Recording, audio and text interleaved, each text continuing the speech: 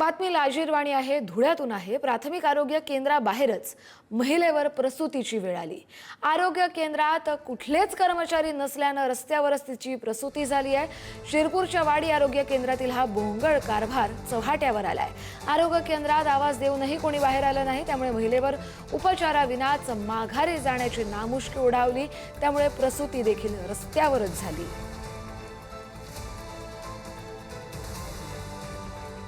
वरून आलो आम्ही, वाडीला आणली, डिलिव्हरी करायचं दवाखाना नाही उघड होता। टपरीजवळ बाई डिलिव्हरी होऊन गेली अर्ध्या रस्त्यामध्ये।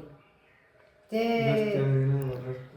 गावामध्ये पोचता म्हणजे टपरीजवळ होऊन गेली वाडीच्या।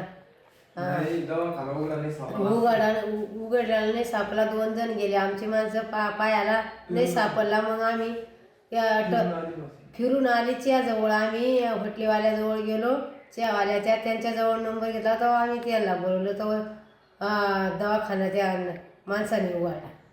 कोण होतं मग इथं दवाखान्यात? इथं दवाखान्यात कोणच नाही होतं। मागून बाई डिलिव्हरी होऊन गेली, तिथं सिस्टर आली अर्ध्या रस्त्यामध्ये। उघडायला होता। कोण होता आडे दवाखाना? त्या ॲम्ब्युलन्सवाल्या भावाला फोन केला होता, तेव्हा ते आला होता इथं। मग डिलिव्हरी कुठे झाली बाई? इकडे बाहेरच रस्त्यावर? उघडला नाही होता आणि तिथं बसलो होतो। कुठून आले तुम्ही? आम्ही मोकळच्या जंगलामध्ये वाळा आहे आमचा। सकाळी किती वाजता आले?